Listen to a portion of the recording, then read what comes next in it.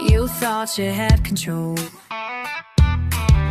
Thought I'd just hang around a cat. When Hades gets comfortable and Persephone starts overthinking everything, a deep thinker's guide to fearful-avoidant winter. Opening monologue. There's a moment in relationships no one warns you about. It's not the dramatic door-slamming breakup. It's not the "I can't keep my hands off you" honeymoon. It's not even the soul-crushing fight that leaves you sobbing into a hand towel in the bathroom while pretending the water is running for a very long toothbrushing session. It's the moment when everything is technically fine, and yet you feel strangely unmoored. The texts start to lose their flavor. The check-ins fade from "I saw this and thought of you" to "yeah, cool." The energy shifts just enough that your nervous system tilts its head like a confused golden retriever, thinking, "Wait, what was that?" You spend a lot of time gaslighting yourself. You tell yourself not to overthink it, because overthinking is a crime punishable by being labeled dramatic. You tell yourself this stagnant, lukewarm silence is what secure is supposed to feel like, as if healthy love is just a very long, quiet wait in a doctor's office.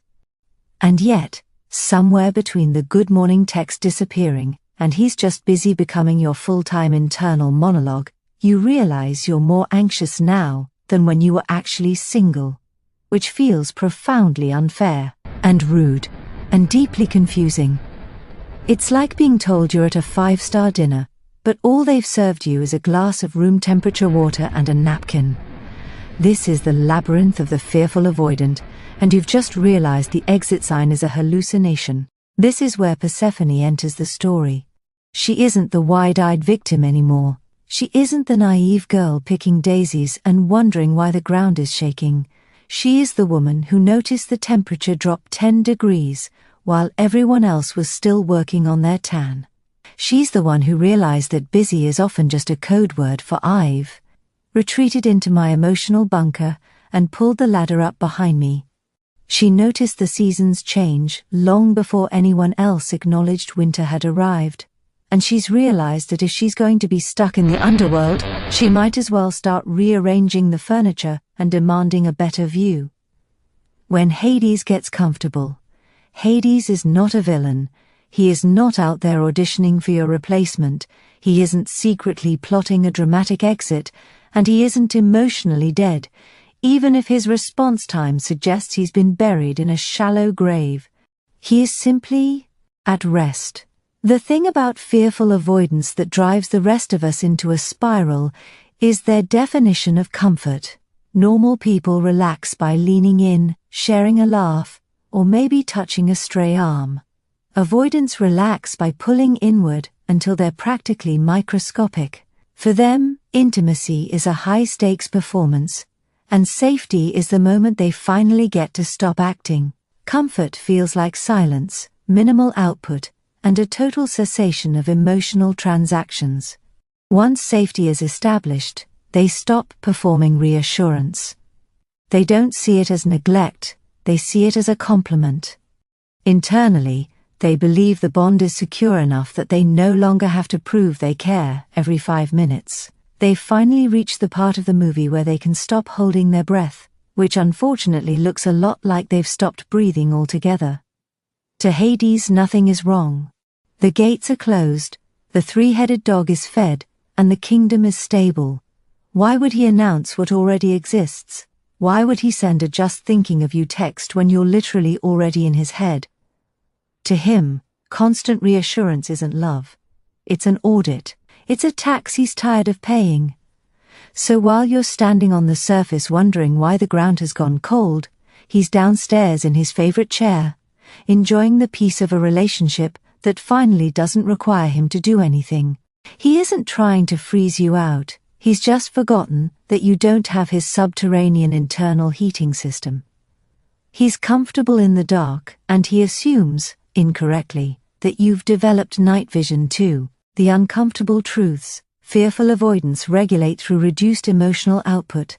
Silence feels safe, not threatening. Comfort means nothing needs maintenance. Continuity is assumed, not signaled. Hades doesn't send good morning texts. He rules the underworld. Why Persephone suddenly feels insecure. Persephone didn't become anxious overnight. She didn't lose confidence. She didn't suddenly turn needy. She noticed the light changed. Deep thinkers are environmental readers. We track tone shifts, patterns, pauses, rhythm changes. When connection is reduced, even subtly, our nervous system doesn't interpret it as rest. It interprets it as missing data. And missing data is where imagination goes feral. While Hades is conserving energy, Persephone is filling in blanks. Not because she wants drama, but because her mind is wired to understand systems, meaning, and continuity. The uncomfortable truths. Deep thinkers regulate through connection. Reduced signals feel like potential danger. Ambiguity activates rumination. This isn't insecurity, it's pattern recognition. His calm is not her calm. It's her question mark. Emotional winter isn't a breakup. Here's where most people get this wrong. Winter does not mean love ended. Winter means the relationship entered a quieter season. The problem is that only one person knows it's seasonal. Fearful avoidants don't announce withdrawal. They don't process it out loud. They don't say, "Hey, I'm cocooning, don't panic." They just go underground. Meanwhile, their partner is left standing in emotional snowfall, wondering if spring is cancelled forever. The uncomfortable truths. Withdrawal not equal to abandonment. Comfort not equal to neglect, but it can feel like it. Emotional winter happens inside relationships. No one teaches us how to survive this phase. Hades didn't leave, he just closed the gates. How Persephone self-soothes without disappearing. This is where deep thinkers grow, or spiral. You don't chase, you don't numb, you don't pretend you don't notice, you ground. Persephone doesn't scream into the underworld demanding reassurance. She learns how to tend her own nervous system without abandoning the bond, or herself. What this actually looks like. Naming the pattern, this is his comfort, not danger. Moving regulation off the partner. Creating parallel sources of safety. Staying present without demanding proof. Persephone didn't fix winter. She learned how to live through it. Why this dynamic isn't broken, just unbalanced. Deep thinkers and fearful avoidants find each other for a reason. Both are sensitive. Both are introspective. Both are afraid of loss. They just learn different survival languages. One learned to survive by minimizing need. The other learned to survive by understanding everything. Neither is wrong. But without awareness, one ends up holding the emotional continuity while the other rests inside it, unaware of the weight being carried. The uncomfortable truths. Avoidance fear engulfment.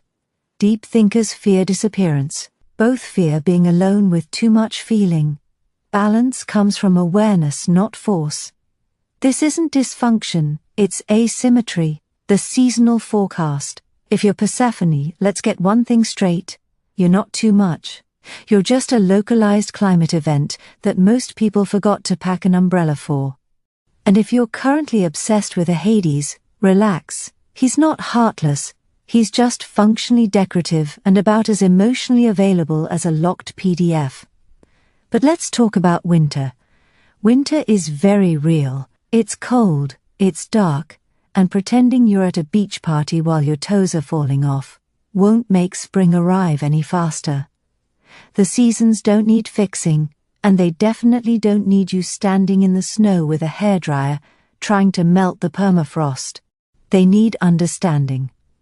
Specifically, the understanding that sometimes you're the queen of the underworld, and sometimes you're just a person dating a guy who lives in a basement and refuses to acknowledge your existence for 3 to 6 business months. Stop trying to negotiate with a thermostat. It's broken. Buy a coat or leave the cave. As a deep thinker, I learned patience is the key. I put on the coat and smile, then I go to the warm area and read. Silence is a deep thinker's dream. We just want that companionship and our alone time. Same for fearful avoidance.